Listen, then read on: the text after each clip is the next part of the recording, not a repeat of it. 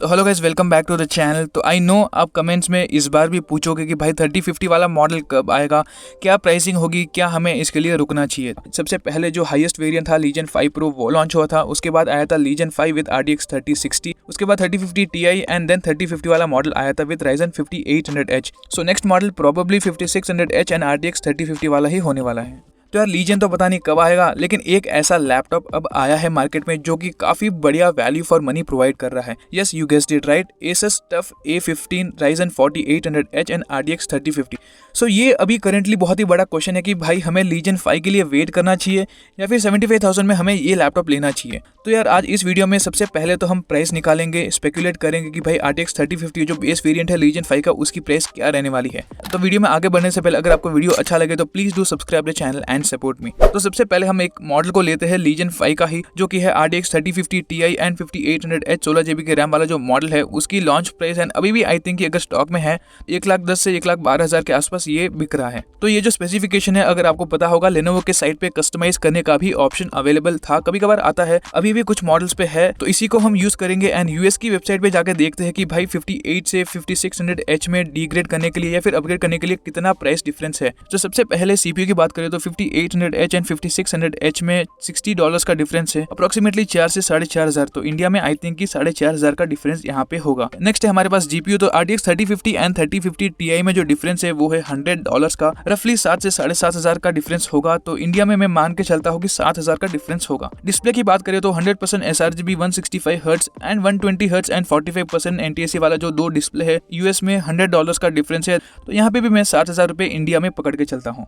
अगला जो डिफरेंस है दैट इज रैम। अगर बेस वेरिएंट में आपको 8GB की रैम मिलती है तो उसके लिए आपको $50-55 कम लगेंगे, विच इज अप्रोक्सीमेटली 3,500 से 4,000 रुपए। तो इंडिया में मान के चलते हैं मैक्सिमम 4,000 रुपए तक का आपको यहाँ पे भी डिफरेंस मिलेगा। सो नेक्स्ट है RGB कीबोर्ड और जो व्हाइट बैकलाइट वाला नॉर्मल कीबोर्ड आता है उसमें $50 का डिफरेंस है यूएस में। तो इंडिया में आई डोंट थिंक इतना ज्यादा होगा, मैक्सिमम 3,000 तक होगा, उससे ज्यादा नहीं। तो मैक्सिमम 2,500 तक रखेंगे, उससे ज्यादा नहीं। तो यहाँ पे भी हम 2,500 को ऐड कर लेते हैं।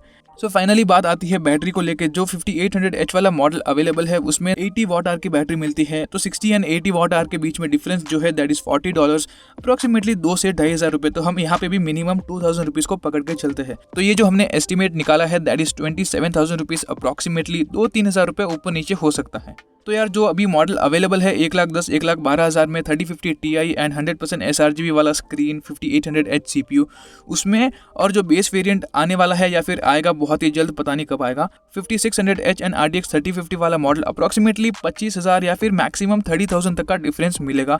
तो अगर 1,10,000 में से ये अमाउंट हम रिड्यूस करते हैं तो जो प्राइस आता है वो आता है रफली 80 से लेके 85,000 के आसपास। तो यार मेरे हिसाब से लीजन 5 का जो बेस वेरिएंट है वो इसी प्राइस में एग्जैक्टली आएगा। मेरे अंदर से आत्मा बोल रही है चीख चीख के कि भाई 85,000 तक प्राइस जाएगा। तो मुझे लगता है 85,000 रुपीज प्राइस रखेंगे लेनोवो लीजन 5 बेस वेरिएंट का आई थिंक। तो अब डाउट आता है कि Asus TUF लेना चाहिए या फिर वेट कर ले।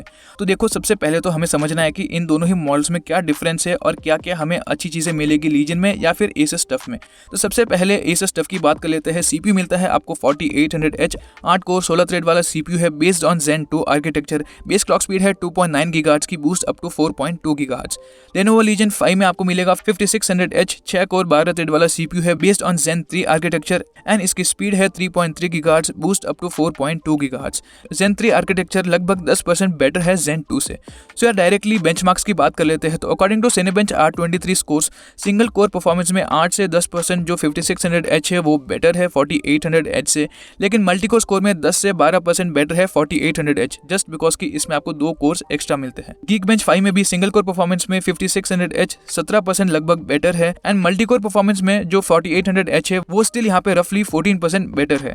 And finally CPU PassMark test की अगर बात करें तो सिंगल कोर परफॉर्मेंस में यहाँ पे भी 5600H अराउंड 13% बेटर है एंड मल्टी कोर परफॉर्मेंस में एज एक्सपेक्टेड 4800H 7 से 8% बेटर है। सो फाइनली 4800H में आपको 2 फिजिकल कोर्स ज्यादा मिलते हैं, डेफिनेटली आपको मल्टी कोर परफॉर्मेंस उसमें बेटर मिलेगा, लेकिन सिंगल कोर परफॉर्मेंस में 5600H अराउंड 10 से 12% 15% बेटर है। सो अकॉर्डिंग टू मी यार 4800H is still worth over 5600H, क्योंकि प्राइस डिफरेंस भी थोड़ा सा तो होगा ही एंड इसमें आपको मल्टी कोर परफॉर्मेंस भी अराउंड 10 से 12% ज्यादा मिल जाता है।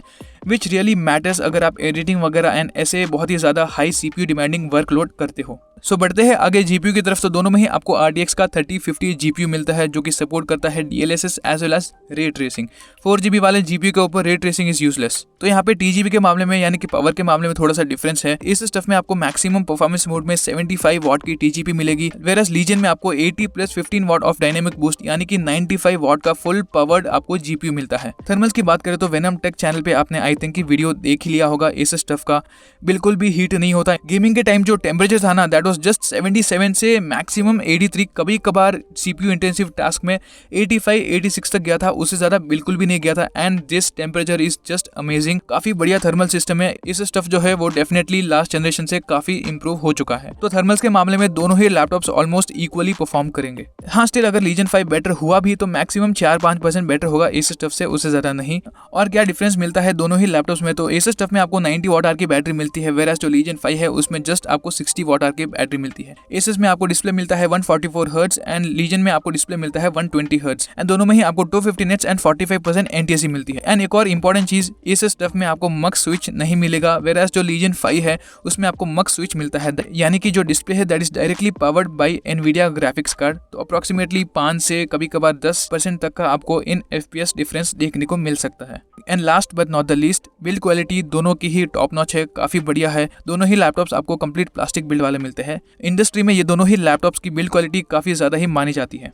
तो मेरा सजेशन यही है, अगर आपका बजट है, बजट के मामले में कोई भी दिक्कत नहीं है, आपको बस लैपटॉप बढ़िया चाहिए, लेटेस्ट चाहिए, लीजन 5 ले लो जब आएगा, अगर वेट कर सकते हो तो, क्योंकि GPU वगैरह आपको काफ़ी बढ़िया मिल जाता है। एंड अगर आपका बजट मैक्सिमम 75 ही है, ऑल्सो अगर आप थोड़े बहुत पैसे बचाना चाहते हो, स्ट्रांगली रिकमेंड करता हूँ कि आप एसस स्टफ के साथ जाओ। डेफिनेटली हाईली वैल्यूएबल एंड वर्दी लैपटॉप है। सो दैट्स ऑल यार, आज के लिए इतना ही। उम्मीद है ये जो वीडियो है आपको पसंद आया होगा। If you guys like the video please do subscribe the channel and support me. मिलते हैं ऐसे ही और इंटरेस्टिंग वीडियो में next time. Till then bye bye.